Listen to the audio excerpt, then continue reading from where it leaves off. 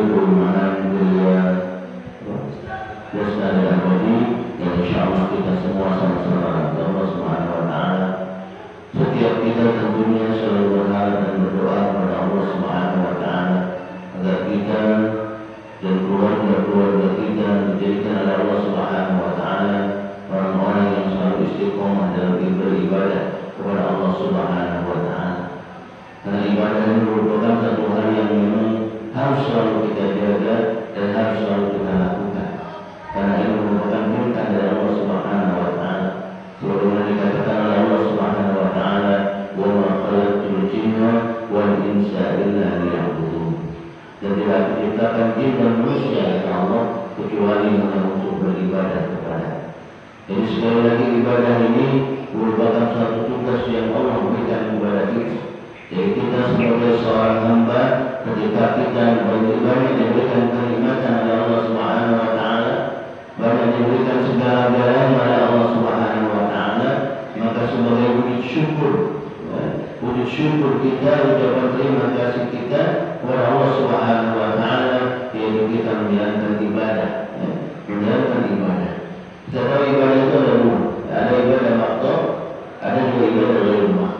Ibadah makhluk ya ibadah kita kepada Allah Subhanahu wa Ta'ala dengan kita melakukan ibadah sholat seperti ini. Ibadah ghair makhluk ya ibadah yang kita lakukan dalam keseharian kita. Kita bekerja bagaimana itu menjadi ibadah di hadapan Allah Subhanahu wa Ta'ala. Kita melakukan sesuatu bagaimana apa yang kita lakukan itu menjadi ibadah di hadapan Allah Subhanahu wa Ta'ala. Yang pasti setiap amal kita, setiap perbuatan kita usahakan punya nilai ibadah di sisi Allah Subhanahu wa Ta'ala. Maka itu bagaimana caranya agar apa yang kita lakukan ini, yang kita perbuat ini punya nilai ibadah di hadapan Allah Subhanahu wa Ta'ala. Kita sholat tadi dikatakan di awal, bagaimana ibadah yang kita lakukan sholat ini punya nilai di hadapan Allah Subhanahu wa Ta'ala. Karena ada orang-orang yang melakukan ibadah sholat tapi tidak punya nilai di hadapan Allah Subhanahu wa Ta'ala. Sholatnya lewat begitu saja, hanya melepaskan kewajiban saja. Kalau ketika dia kesehariannya masih melakukan hal-hal yang dilarang oleh Allah Subhanahu wa Ta'ala. Bukan seperti ini.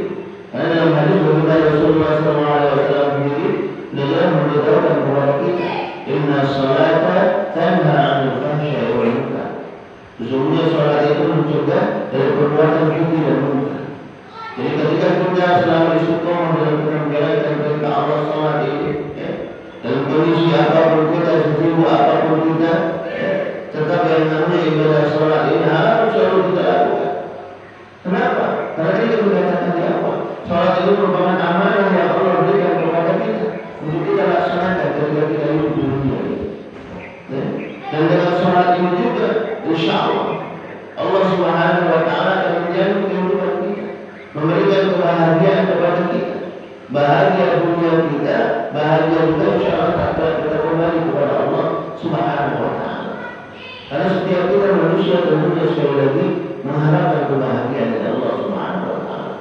Makanya dalam doa kita selalu kita berkata, "Rabbana atina fid dunya hasanah wa fil akhirati hasanah wa qina adzabannar." Ya Allah, berikan kepada kami kebaikan di dunia dan berikan kepada kami kebaikan di akhirat. Wa qina adzabannar, jauhkan kami ya Allah dari siksa api neraka. Ini munajat kita bersama sekali lagi. Doa kita bersama kepada Allah Subhanahu wa Ta'ala. Doa selalu kita panjatkan. Maka oleh karena itu tugas kita selanjutnya bagaimana kita bersama-sama mengaplikasikan apa yang kita pinta kepada Allah dalam bentuk action, dalam bentuk perbuatan keseharian kita. Apa itu? Tadi kita katakan di awal, menjalankan perintah Allah. Ibadah sholat itu kita jaga. Bagaimana ini insyaallah sama-sama dengan Allah Subhanahu wa Ta'ala. Ini yang pertama. Yang kedua juga ibadah yang tak kalah penting ialah ibadah dari rumah. Ibadah keseharian kita, tingkah laku kita, akhlak kita. Ini penting.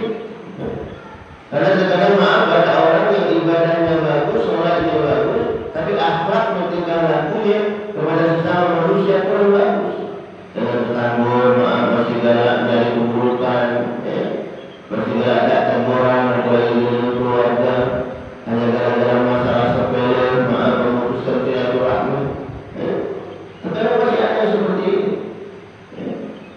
dahulukan egomu daripada hatimu. Padahal dia nanti soal. Seperti ini alhamdulillah. Kita takut nanti ibadah yang kita lakukan itu tidak menjadi kepada Allah Subhanahu wa taala. Kenapa tadi kami katakan dia sholat yang dilakukan, tapi maaf dengan manusia secara manusia itu tidak bagus. Karena yang mendapatkan kebahagiaan dari Allah Subhanahu wa taala itu dikatakan dalam sebuah ayat A'udzubillahi minasyaitonir rajim wa basyiril ladzina amanu wa 'amilus shalihat anna lahum jannatan. Kabarkan kata Allah, beritahukan kepada mereka orang-orang yang beriman, aman, beriman kepada Allah, beriman yang bukan cuma dengan ucapan mulut baik, tapi iman yang benar-benar tasdiqul fil qalbi wa qaulul lisan